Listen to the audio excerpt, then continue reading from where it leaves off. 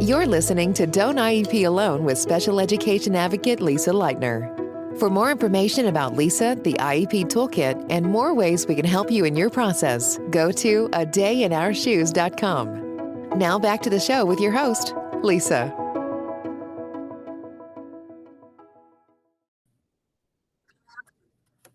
Hey there, and happy Monday, or not so happy Monday, as the case may be. I'm Lisa Lightner. This is the Don't IEP Alone podcast, and I am doing a special Monday episode, which I am going to publish as soon as I'm done recording it, just because there's a lot going on this week, and I have a lot to tell you. Things are happening very quickly. It feels very frantic. It feels very chaotic. Remember that is on purpose. Listen, first things first, today is March 31st, and today and tomorrow, and I'm only telling you guys this because you're podcast listeners, and my email list is going to be informed of this later on this evening, but for today and tomorrow, I am having a flash sale on Don't IEP Alone Academy. The theme is advocacy is no joke. Because advocacy is no joke, and right now advocacy is more important than ever. We need more advocates out there than ever, and I want my training to be accessible to as many people as possible. So I am offering a 50% off sale just for April Fool's Day. But again, it's open today because I had to test all the links and all that fun stuff. If you go to adayinourshoes.org, again, that's .org, not .com, and then / advocacy training / sale. Okay, and there's a dash in between each of those words. That's advocacy training / sale. And of course, I will put the link in the show notes if you're interested in that, as well as the coupon code to get 50% off. So I am only offering a limited number of spots for this training because if you didn't know, my online advocacy training, when you get it, it's a one-time purchase and you get lifetime access. So in other words, I'm paying these recurring hosting fees and Zoom fees to do the live weekly Zooms and all that other fun stuff. And so when I project out what that's going to cost me over the next 5 or 10 years, it's a lot. So I can only offer a certain number of spots at that half off price. So don't delay. adayinourshoes.org. Again, advocacy training / sale. Now, what I wanted to talk to you about, and if you hadn't heard, it's an RFK Jr. thing, Health and Human Services, blah, blah, blah. If you hadn't heard, last week he said he's going to dissolve or dismantle or eliminate the Administration for Community Living. And the Administration for Community Living, or I'm going to refer to it as ACL, which is just kind of odd. It's just odd if you're a sports fan and you hear, if you watch football, basketball, and soccer, obviously you know what an ACL is, and ACL comes up a lot. In this particular situation, we are talking about, again, a federal agency known as the Administration for Community Living. It's a small agency in the big scheme of things, but it has such a huge impact. One of their core missions is to prevent unnecessary institutionalization. Okay, and when we're talking about disabled people here, we're not just talking about our kids, which is what I know, that's my wheelhouse, that's my lane that I tend to stay in. But we're also talking about the many hundreds of thousands, if not millions, of senior citizens in this country. Because remember, we don't send people to nursing homes because they get old. We send people to nursing homes because they become disabled. Okay, so we are talking about those folks as well. And again, one of their core missions was to prevent prevent unnecessary institutionalization, including senior citizens, right? Keeping senior citizens in their homes as long as possible. One of the ways they did that is Meals on Wheels, right? So this literally is the agency that oversees Meals on Wheels. And the fact that they are going after that agency is just insane. It's just insane. I mean, who attacks Meals on Wheels, right? So this isn't about saving money. This isn't about being streamlined, being more effective, being more efficient, because that is exactly what the ACL does.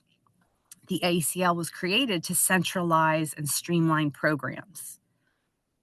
That's its, because we have all these agencies and at the state level, local level, whatever, and they're like all over the place. And parents and caregivers, like, they don't know where to go for care and help and services and support. And that's exactly what the ACL does. So now all of this oversight, all the service coordination, all of it, it's just going to be scattered all over the place again. In my mind, I mean, this is an agency that is not that old. It's only 12 or 13 years old. It was created in 2012. Of course, 2012 was under the Obama administration.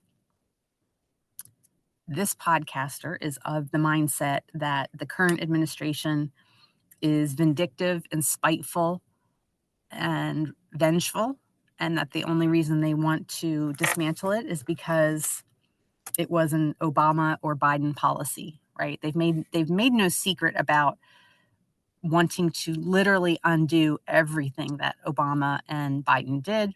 This is one of them, unfortunately. So for those of us who are in the adult services realm, you know how difficult it is. Like we know how difficult the IEP process is. And then when you get to the adult services realm, you have to learn everything all over again.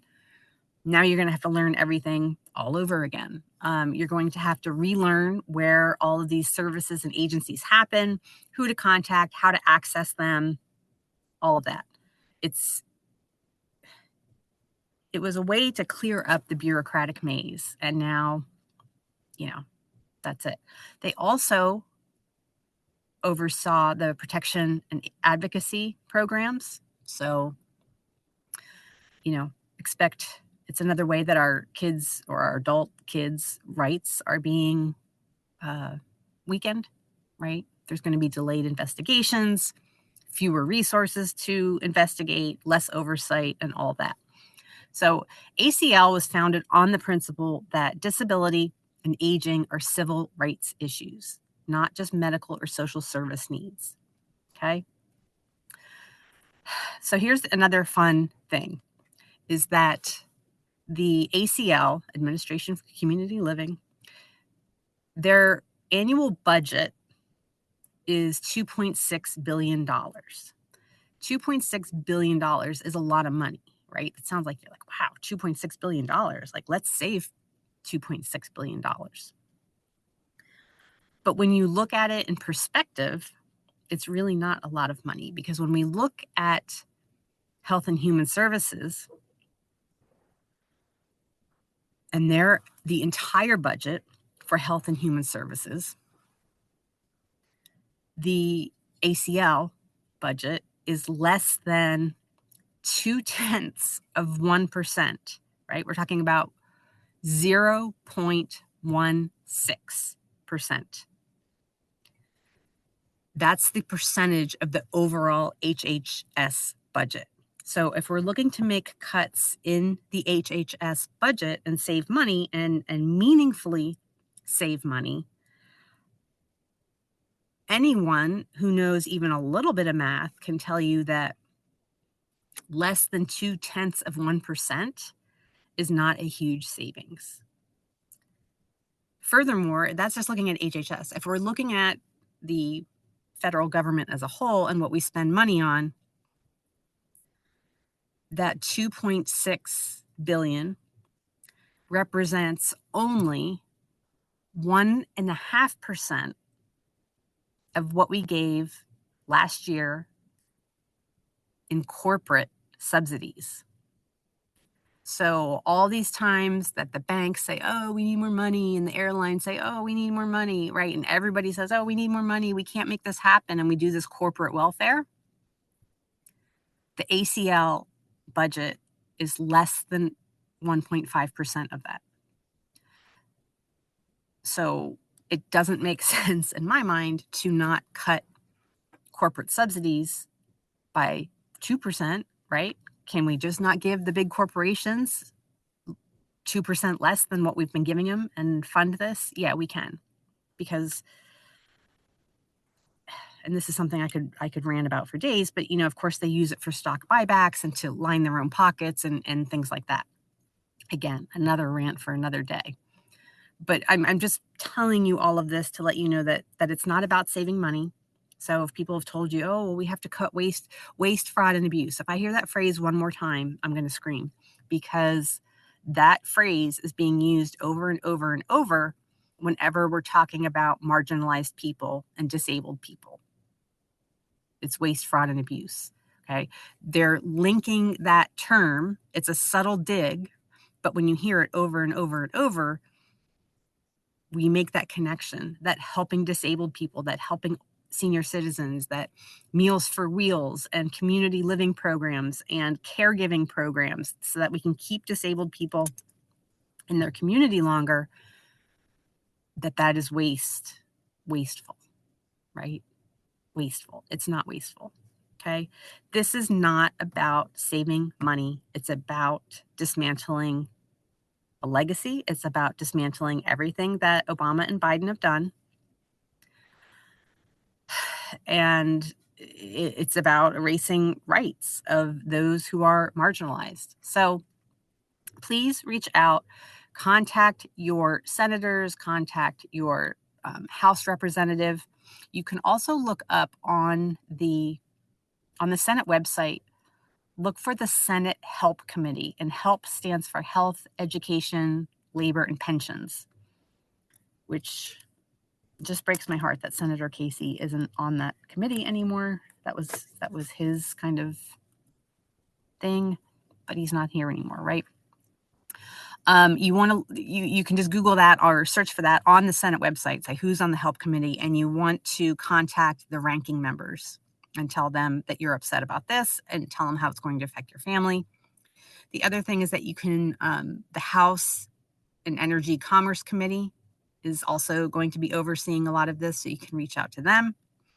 And that would be, again, that's in the House. So one is the Senate Help Committee. The other is the House Energy and Commerce Committee. And yeah, reach out to HHS. Reach out to the Secretary RFK Jr.'s office. They need to hear from us. They need to know that this guy who has literally no public health policy experience, he's making very dangerous and detrimental decisions to our family. Okay? So let's protect the ACL. It's such a small agency with a large impact. It's a rollback. It's just a rollback. People are going to fall through the cracks. Disabled people are going to lose supports. Caregivers will lose help. They're going to lose support, and so much more. So please reach out this week about that. I will put links in the show notes about this. And of course, don't forget that advocacy training flash sale, adayinourshoes.org/advocacy-training-flash-sale. But again, the link will be in the show notes. Please share this episode with anyone who needs it. We need as many people as we can to really lean on these folks and start getting some of this stuff back for our kids. We're not going back. We are not going back.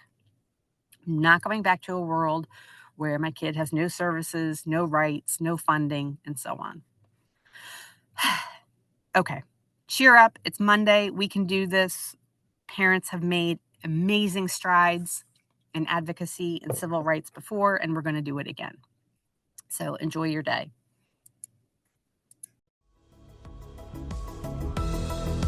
Thank you for listening to Don't IEP Alone with special education advocate Lisa Lightner. We're so glad you've joined us and would love to connect with you outside of the show. For more information about Lisa, the IEP Toolkit, and more ways we can help you in your process, go to adayinourshoes.com. From self-care tips to common IEP mistakes, there's even more to explore.